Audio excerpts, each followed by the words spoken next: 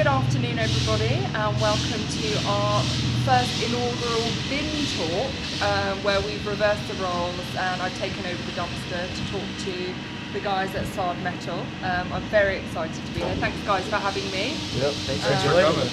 Thank you. Well, obviously, I'm only joking. It's obviously the dumpster talk, but yeah, excited to be here in person. I guess to kick us off, I just ask everyone how they're doing and what you guys have been up to today. Well, today's really been a good day. As you see, we have Amy with us. She has her high vis. She's part of the team. Quite stylish. But yeah, so we've been showing Amy around the yard. Amy, she works for Fast Markets, so she reports the price of steel every month. That's kind of how we got introduced. We met in Vegas at ISRI, and you've helped us a lot since then. So.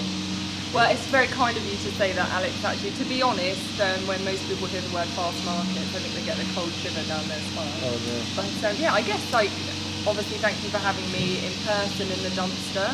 And lovely for me to be here and see what you guys do from day to day. But I guess to flip the tables and ask you guys a few questions, I'd be really interested to see, obviously you know that we're responsible for pricing the export and domestic ferrous scrap markets. That's what I do from day to day. So I'd be really interested to know how you guys utilise our pricing in what you do on a daily basis. Yeah. That's something that you can shed some light on. Well, we can talk about... Oh, sorry. No, you're good. So, as Todd knows a lot about, he goes out and does sales stuff, and he tells people about, we offer formula pricing. So, pretty much there's you can talk about it. There's we get your price, and then, a certain customer might get 89% of the AMM report or whatever it is. So they're pretty much guaranteed. So with the formula pricing, all of our industrial customers get a sheet with what the price is of the month, and you get the same percentage every month. So say it's 80%, you're guaranteed that same percentage of the price that you guys give out every month. Okay. So would you say, I guess the benefits, because obviously there are negatives and there are positives to being tied to index pricing. Obviously we hear that all the time. From a customer's perspective, would you say that gives them an because on a percentage terms, 80% of a guaranteed price is that's significant. Do you find that customers are generally happy with the stability that offers them in their pricing? Yeah, for sure. I've noticed that it just makes them feel a lot more comfortable when they're getting ready to sell their metal, because say it's really low this month, they'll know whether or they'll have an idea whether it's going to go up or down the next month, so they can just sell it based on where it's at. Okay, so it's a useful hedging tool, which must be interesting, because the ferrous scrap market in particular is one of the least regulated commodities, and it's one of the last sort of unregulated commodities that is really traded. Would you say that the pricing offers a greater transparency, that using a PRA price gives people more transparency and offers them a bit of stability in a particularly volatile market? Yeah, I think we've noticed some customers do obviously take a look at it, but a lot of them don't really. I don't know. A lot of them, they kind of just have to. Our big selling point is that we can get the scrap out of their facilities quick. Mm-hmm. So a lot of the times they're not really don't really care too much about the price. Sure. But it's definitely a big thing for us in our world, for sure. Selling scrap and when we're going to sell out loads, or when we realize we have to buy more and keep it back in the yard, wait for an uptick or whatever. I think it definitely plays a big factor for us. A lot of people don't even really know how to even find the prices of metal at the time. So one thing for sure I know all of us have went out and really just showed customers ways that they can find out what the prices of the metal is. Because even scrapyards, you have to go into the scrapyard to see it posted up on their wall. But we have it up on our website and everything. So it makes them feel more comfortable at the end of the day. So that's what we want. But no, I think your world is really there's so many different I guess we're based off the Philadelphia market usually. Yeah. It's very confusing because there's so many different markets and so many different types of scrap. It's a lot of stuff, a lot of information, for sure. It's cool to learn, for sure. Yeah. And what kind of mood are you in, a buying or a selling mood at the moment? Definitely. Well, we did sell out a bunch of loads lately, but we're more trying to buy more because the price has been down so much this year, for sure. I think the writing is on the wall for the market going out in 2022 and into 2023. I mean, domestically we've had 7 months of consecutive decline in prices, which has been really hard to swallow, and it hasn't been pleasant for anyone. But I wonder, if you guys have got any prognoses for what you see for pricing over the next few months. Oh no. I think it's just going to keep going down a little bit because it was so high at a point. Like last year it was so high, and I remember we were at the beach this year and we just noticed like how quick throughout the week copper just dropped. I don't know if you remember. Yeah. It's just crazy to see. I think it's going to keep going down a little bit. Are there any things that you particularly fancy at the moment? I mean, I know you've got a huge stainless pile that you guys are presumably holding. No prizes for guessing why. I like keeping up with the copper a lot because we check the U.S. dollar index a lot. So that's like a little over 113 right now. Every time that goes up, copper just goes right down. So I just think it's cool. I didn't even know what the U.S. dollar index was before working here. So seeing how that every day. Yeah, seeing how that affects the metals, which metals like our world, like you said. So yeah. So you fancy copper, Alex? I would say I like the stainless.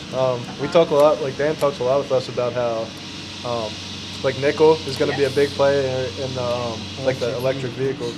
Yeah. So Isaiah was really into. There was a company, Lucid Air. There is a company. But yeah, they're It's still. not started over yet. They're still there. It's just their stock price went way down. But they're coming up. Tesla, obviously Elon Musk. Like a lot of people, we're really positive in copper, so optimistic, I would say. So that's why we have that big pie. Yeah, no, I mean, it's huge. It's absolutely enormous, I can say. There's trees growing over it, so. I know, amazing stuff. But Gil, have you got anything that you've got an eye on? Probably the stainless piles. I like the different, how there's different, chemistry and different stainless. Yeah. The chemistry definitely wasn't. I had chemistry with Alex, and I know we both really didn't enjoy it. So of course, now we're working with it every day, which we've definitely gotten better with it. I feel like. Yeah. I personally, when I was in chemistry class, I just thought it was I knew I didn't want to work in that field or anything, so I thought it was worthless. But it really can pertain to what you do. So. So you get to see it in action. Yeah, for sure. That's very interesting. So obviously we've had the things that you've got your eye on. Obviously I'm Mrs. Ferris, but they're non-ferrous metals. So we're talking about copper and nickel. How much of an eye do you guys keep on the LME and the activity on the LME in terms of the prices? Because obviously you'll be presumably trading material that has a base metals component as a percentage of those prices. So how much of an eye do you keep on? So you met Shelby up front. I did. She has the LME, like the metal exchange. She has that website up at all times, pretty much.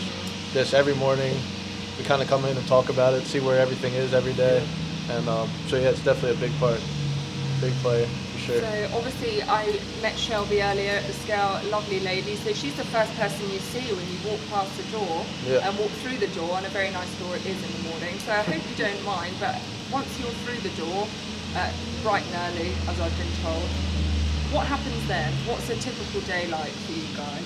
Always different. Always different. It's never the same thing. There's always a bunch of Dan will usually send us out a video or have Alex text us all in a group chat. Just show us what needs done for the day.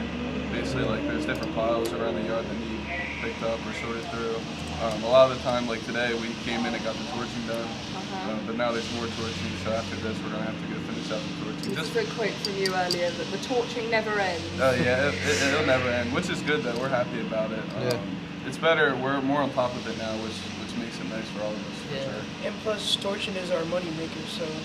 Definitely something that we gotta get done. The foundry scrap, Yeah. We know what we're torching for. When we started, we just were torching metal and didn't really know why.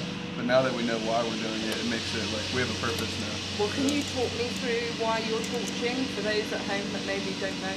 Yeah, so from our industrial customers, we get skeleton plate in, and we have two major foundries, Anvil and Donsko, within 2 miles of us, which is a big blessing. We get the skeleton plate in, and we torch it down within 18 and 24 spec inches. So we torch it down so it'll be able to fit into their melting pots, and we just send it over whenever we want. I'm pretty sure, and they melt it down and do what they do with it. Great. And how far do you have to send your material? Are you selling it quite locally?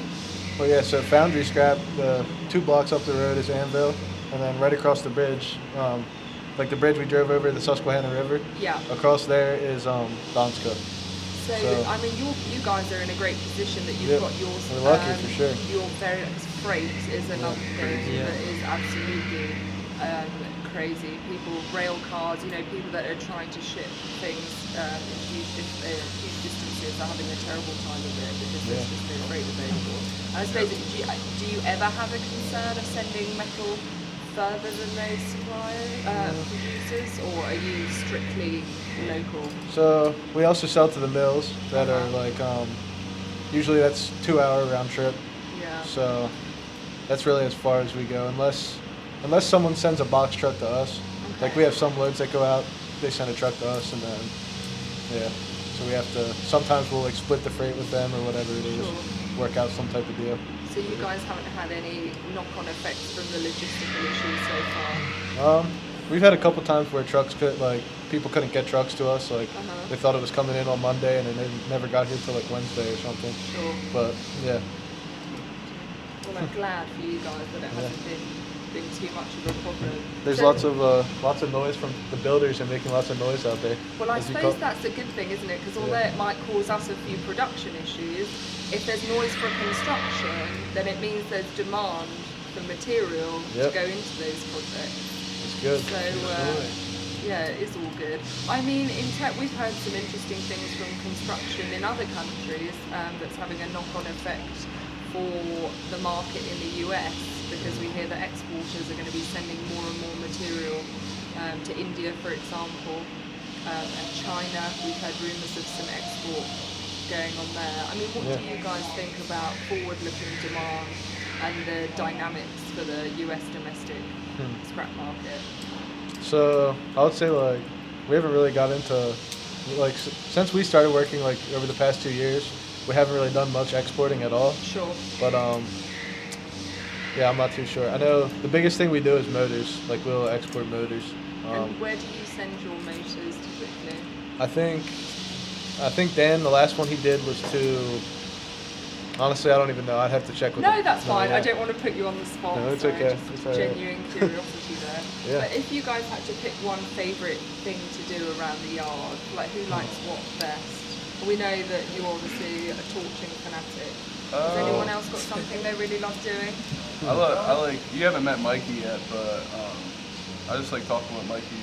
I think that's pretty fun here. Fun thing to do. Yeah, I'd say just the people coming in, just talking and meeting new people. I met a guy from Germany the other day, That's all.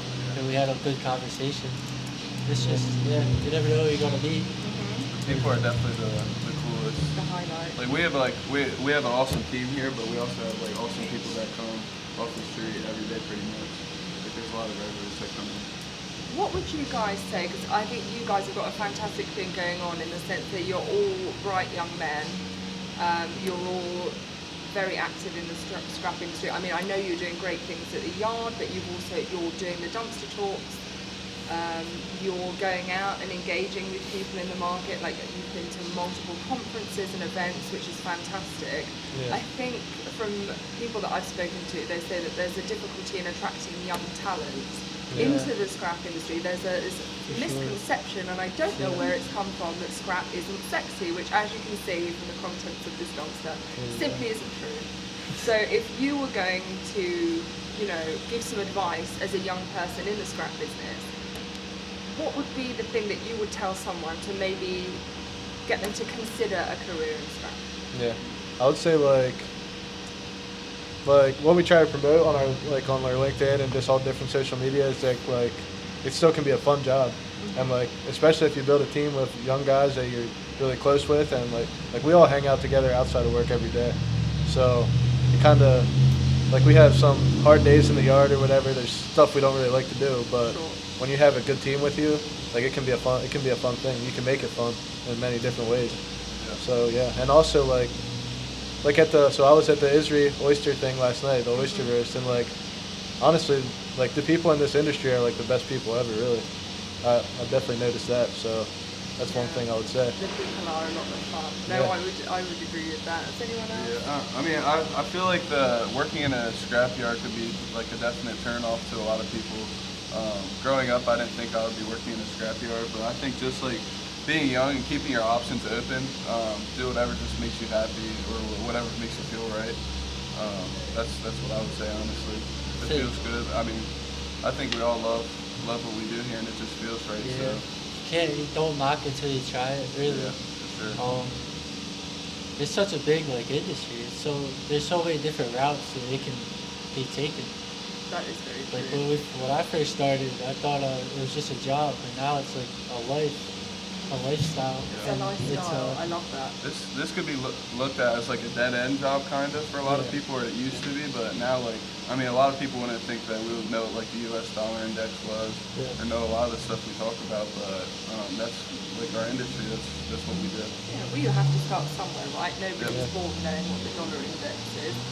So, no, that's all very interesting stuff. And as Isaiah, you pointed out, which is an excellent point, that there are so many avenues that one can go down once you're in this industry. It's mind-boggling. Have any of you guys given thought to what you might want to do, or if there are any channels that you might want to take? Although you guys pretty much do a little bit of everything here, which is fantastic. Yeah. I don't know. Right now, like, I'm just really into, like, we're running the operation. We're really all hands-on, and we all get to do so many different parts of the business. So right now, I think I'm just focused on growing the business and growing with the business, whatever it turns into. Growth is an excellent word, because I know you guys are in a growth mindset. Yeah. Tell me a bit about your growth mindset. Oh, so there was like a conference that Dan went to, and he wanted everyone to listen to like a part of it. And I'm not sure. I think I actually had the session about like growth mindset versus fixed mindset, and it kind of became one of our, like, it's not on our wall of core values or whatever, but it's something that we all like think about a lot. Like, just always being willing to learn. Like, even though we're still young, but even Dan says to us every day, like, he's still learning stuff every day. So just being in a growth mindset and just always being willing to grow, learn. Yeah. If you're not good at something, it's not. I'm not good at it. I'm not good at it yet. Very good. Yeah. There's always room to grow. For sure. Don't get comfortable. It's just one of the, like, we've learned many lessons kind of working here, for sure. Just I think that's one of the big things though, what you just said. Being, like, I remember, like, first coming in here, and I thought this was gonna be like horrible. And, like, when I first started, I was kind of uncomfortable doing the things that I was doing. But I feel like once you, like, actually get into it and experience it, you just get comfortable after a while. And it's just, I guess that just is a lifestyle. Because that you can take that anywhere. Like, you can go, like, doing this. This is something that I never thought I would be doing, but here I am. That's an excellent point, actually. So you guys are going to be, I mean, you're all still so young. I feel like a granny in the dumpster.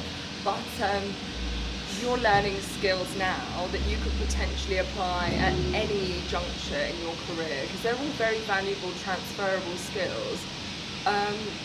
What would you each say has been one thing that you've learned that you feel that you will carry with you as you go through life and as you progress in your careers? Because I know that you all will progress, and there's a lot of talent and potential in just one bin. But what are the things that you think you've learned that would really, you would take with you?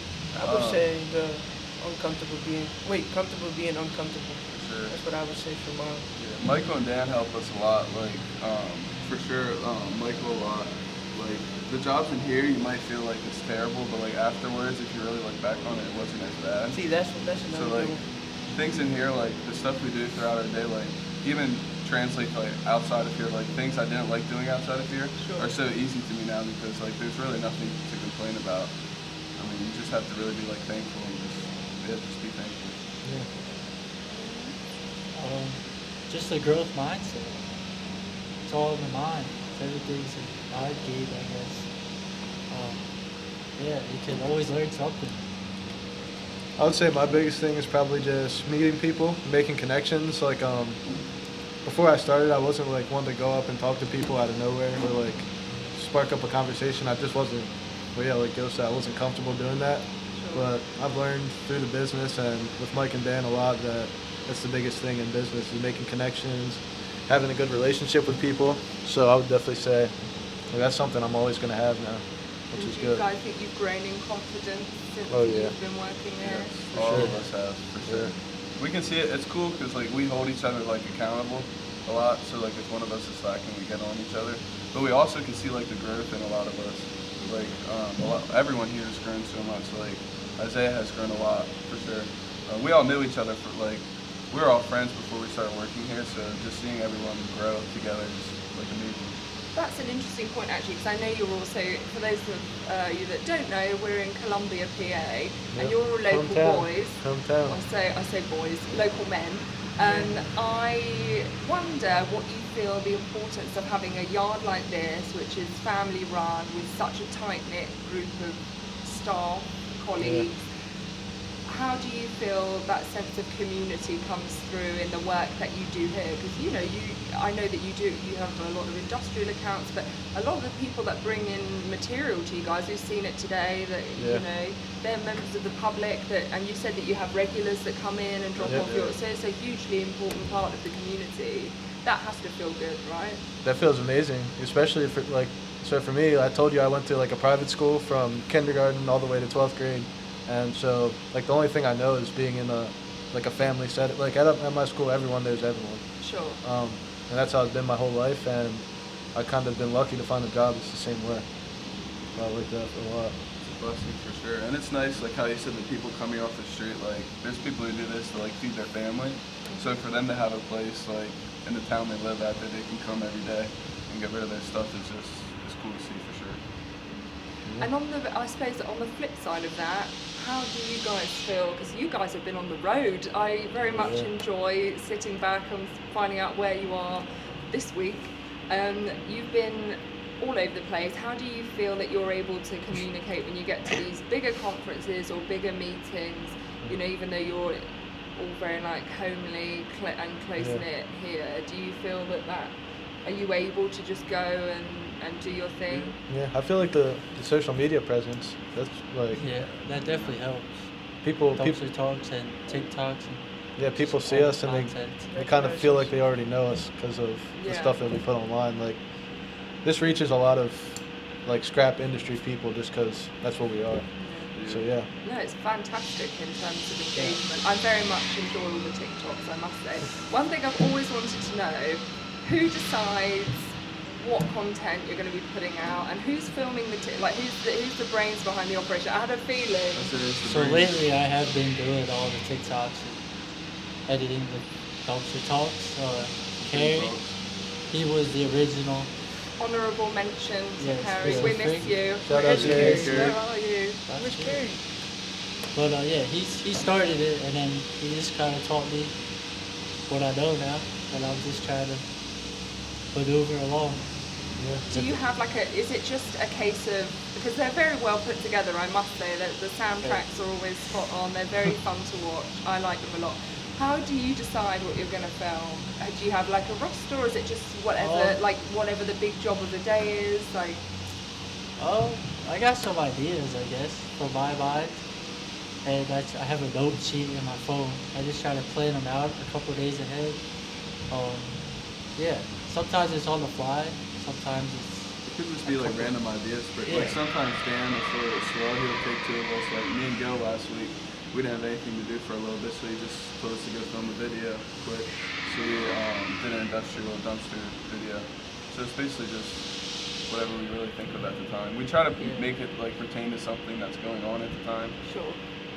So it's like nice and organic. That's the cool thing about it. It can be whatever we want to film, really. I think it's really interesting that you guys give a snapshot, and anyone that's familiar with TikTok will know that it really is a snapshot. It's no more, like, on average, I think it's about 30 seconds or so of what you guys are doing at any one time.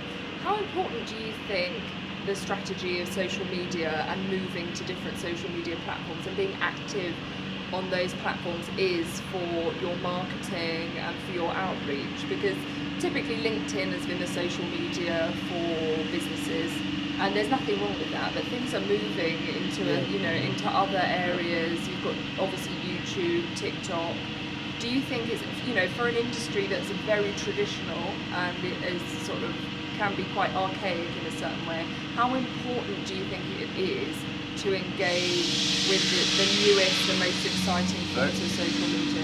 That goes back to like the growth mindset thing. So like nowadays, like 10 years ago, you could have really laughed at people making videos like why does that matter? But now everything's like social media, so it even helps getting it in front of young people's eyes.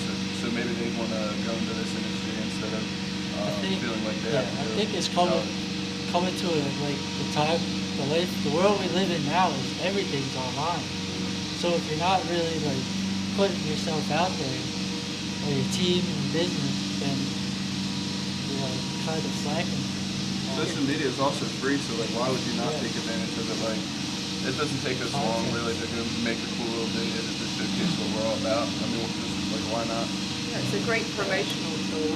Yeah, for sure. And it's just a great way to like get people that don't know anything about this industry to like at least see something and have like something to like go for. I don't know. Go off of, Yep, that makes sense. I don't know. Should we flip the table? Ask Amy some questions. By all means. By all means. Yeah. I don't know. I guess we just like the main thing we want to know is kind of how did you what's your story kind of? We know you're from England, and Yes. and I think you mentioned 2 blocks away from. Did you say 2 blocks down from from Windsor Castle? Yeah, so I grew up in and around, not in the castle itself obviously, but I grew up in a village just next door to Windsor. So I'd always been surrounded by, the royal family obviously. God rest her royal majesty. But yeah, and now here I am in Columbia, PA, so, Came a long way. strange and wonderful things can happen in life. So yeah, I've come a long way from Windsor. And, how was your journey to, I guess after university, you guys call it university? Yeah, to we do call it. I'm always confused by it, because you guys call it college, but you have universities and colleges, don't you? Yeah. So university for us is what you after sixth form college, or what would be the last 2 years of high school for you. We go off to university for 3, 4, 5 years or what have you. Cool. Whereas college is just at the end of school, so between 16 and 18. But no, I went to university in a place called Bath, which is very lovely.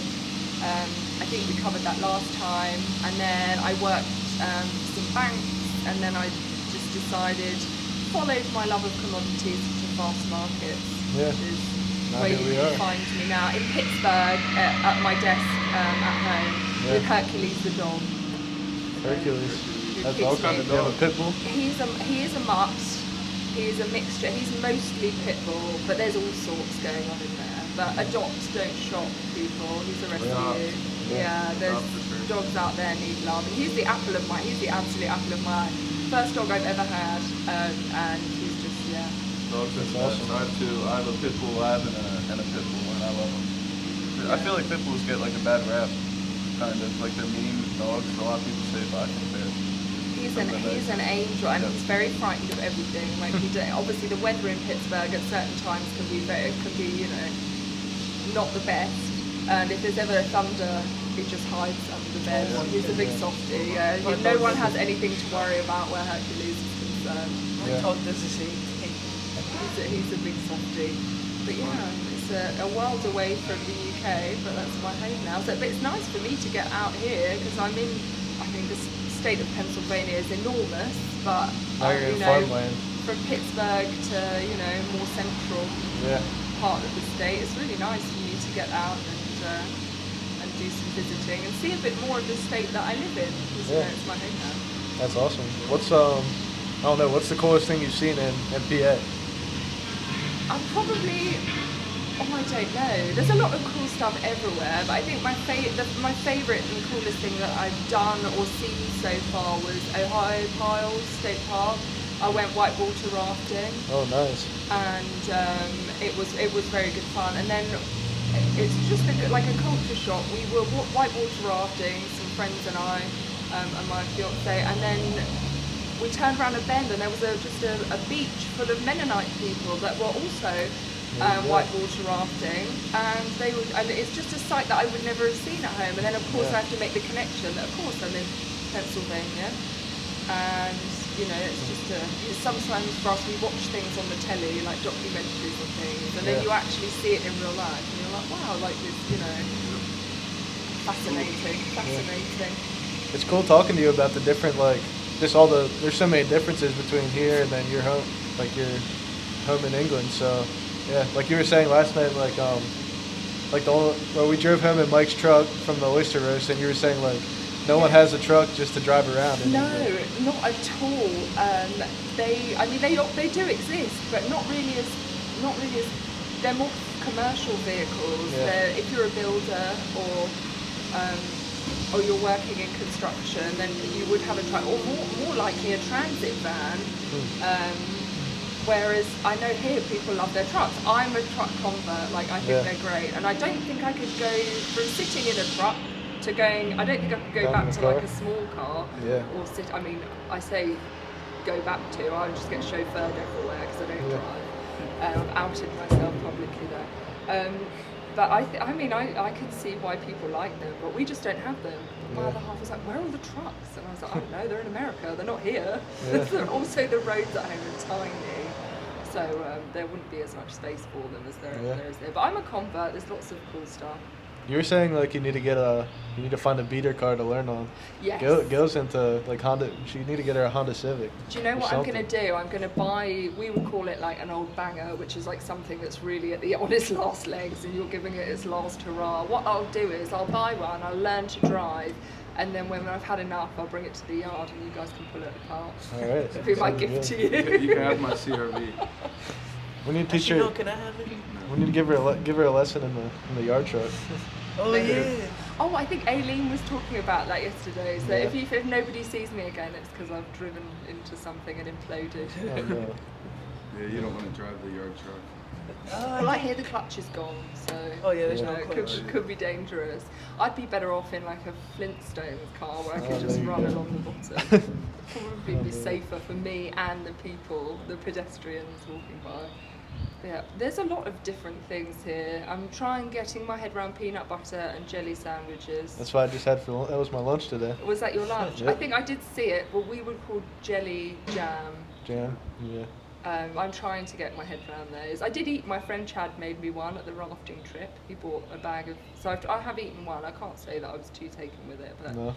Dan has been showing us the key to saving is packing instead of buying lunch every day. So Dan showed us peanut butter and jelly sandwiches, but instead of the jelly, he cuts grapes in half. Oh, he did. He mentioned Peanut this butter and earlier. grape. Yeah, they're actually really good.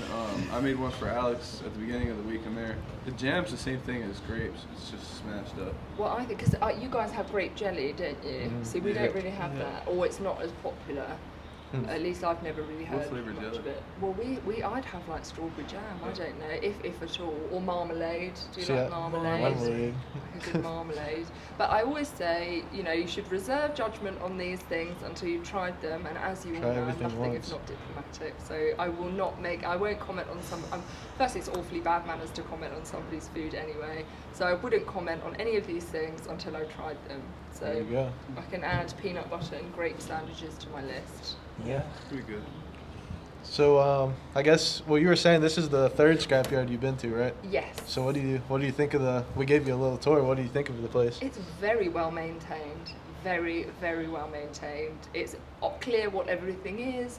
Everything is. I feel like you could happily skip through here without any, without any issues.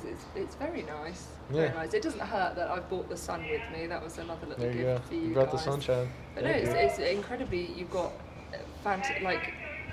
very well organised. Lots of lovely inventory. Probably shouldn't say It was a that, rainy should I? week There's no until inventory. Amy got to the bin. I know, I can't believe Got it. to It the finally bin. happened. Well, I'm a woman of my word. I said I would come to the bin, and here I am. Made it Of happen. course. Thank you. I've made it. No, thank you guys for having me. How do you start your you said you do the fast money. How do you start like your sheets and stuff like that? What you mean? How do we start the prices? Yeah. So it will, depending on what day it is. So we have a roster of we have lots of prices on a monthly basis. We've got all of our domestic prices, and then weekly do the docks, shred feed, export indices. So obviously, in order to get those prices out to you, we have to take all of the data from the market and spin it and spit out a price.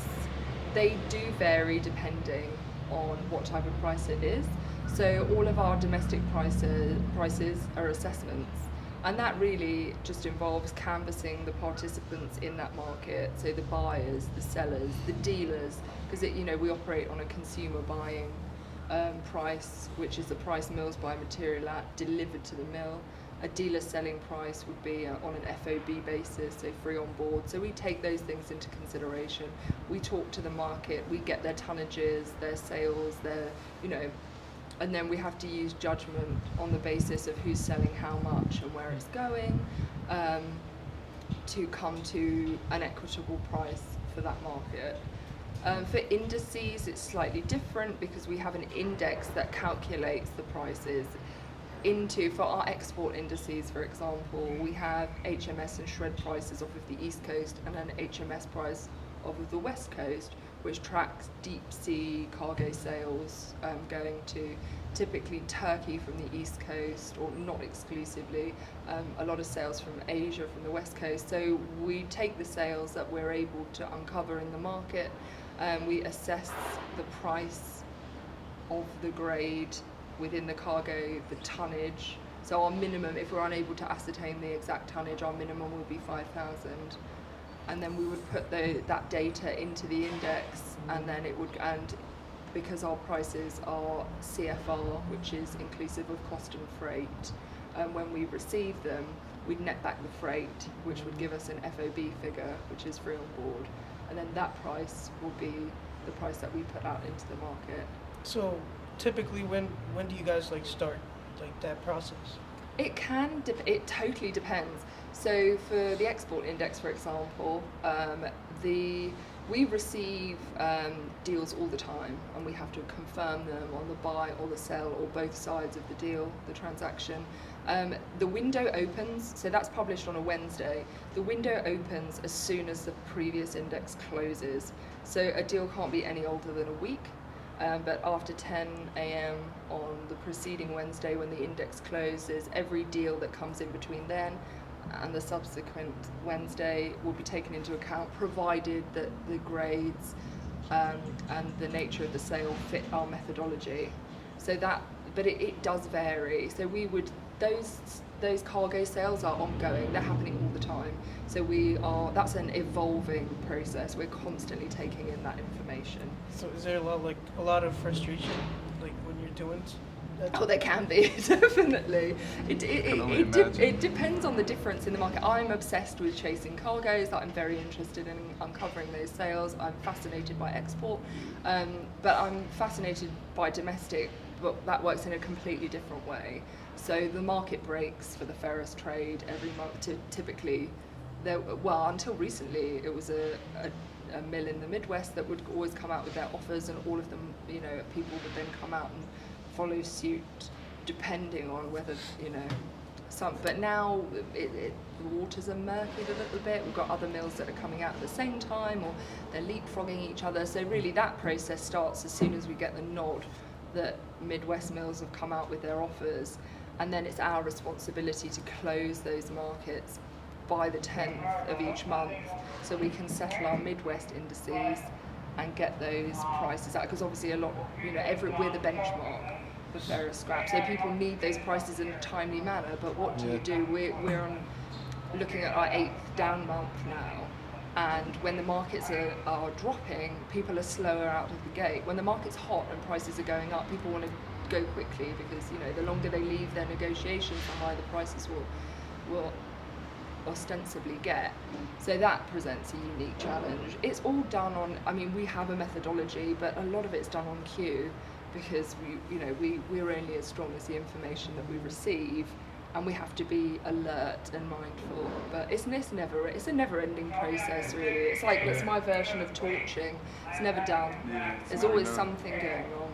Just gotta get it I hope that was a really confident. I hope that answered your question. Yeah, I definitely did. Yeah, I think that's why like Dan always makes the jokes like when we're in these rooms and stuff, everyone flocks towards you, but that's because I guess you have to talk to a lot of the scrap people because it's important to your job. It's lovely that you say it because I do think there is an element of people that do flock towards me because I do have to talk to a lot of people, but there's a number that run away as well. Sometimes they don't like the numbers you come up with. I guess. And it happens, and there are some times that, you know, we're not infallible. Sometimes information comes in later. And it's market changing, and you know, if information comes in that would alter a price and it's legitimate and a valid reason for us to change our mind on a decision, particularly in the domestic market, that happens. Sometimes there are times when people disagree with our figures for other reasons. Maybe the market didn't go their way this month, or you know, it does happen, but we're very mindful that we're at the behest of that. We're trying to serve the market. Definitely, there's nothing done at our end in bad faith or with a lack of integrity. And I flatter that we know what we're doing. But there are many people out there that I'm sure would disagree. But that's the day is uneasy as the head that wears the crown or what have you. Like, we're the benchmark, so we know our prices matter, and we get the flack accordingly. Yeah. That makes a lot of sense. But we do try. We do try very hard, I would say. We're never really switched off. It gives us good insight, like to hear you talk about this stuff, because like we're always so busy in like the processing, we don't get to think about how the pricing is come up with as much. So yeah. Well, I suppose, and I think that's a really interesting point, actually, Alex, is that sometimes I don't think people are fully aware of the process. Yeah. Which can be, and you know, I'll tell anyone, as you know, I could talk the hind leg off a donkey. I'll happily explain the process to anyone until I'm blue in the face. You know, I'm always at the other end of the phone for people who want to hear it. But sometimes I don't think that people, the thing that I get the most that drives me bananas is people that are saying, I'm tied to your index. Well, actually, we only have a handful of indices in the ferrous scrap market. The monthly prices are assessments for the most part. And from that, we publish our Midwest indices for shred, busheling, and HMS, which are obviously hugely important prices, but that only covers people that are tying themselves to the Midwest index. There are other prices that people are available to use, but I'll always be there to try and explain it to people if they want to listen. Yeah. But I do sometimes think there is a bit of a disconnect. But you know, we're having our conference in January in Dallas, so anyone that's of a mind to talk about it can come and see us there. All right, sounds good. We have any more questions for Amy, or do you have any more questions for us? Anything you want to say? Well, I just want to know who's taking me out for a beer this evening, and I'm the only one of age. I was going to say a very happy belated birthday to our lovely Alex, who's now 21 years young, and so we've got the babies and the boss baby, because you're the first one over the line to 21. So happy birthday! Thank you very much. Next. Yep, December 12th, right? Yes, sir. Yes, sir. Oh my goodness, I need to get a list so I can send you all birthday cards, and then I know who to send a beer to. There you go. Oh yeah, send me all the beer. All right, well, That's we want awesome. to thank you very much for coming in, Amy. No, thank you for having me. It's We're a happy pleasure to as always. have you in the bin. I know, and what a beautiful bin it is. So thank you talks. guys for having me.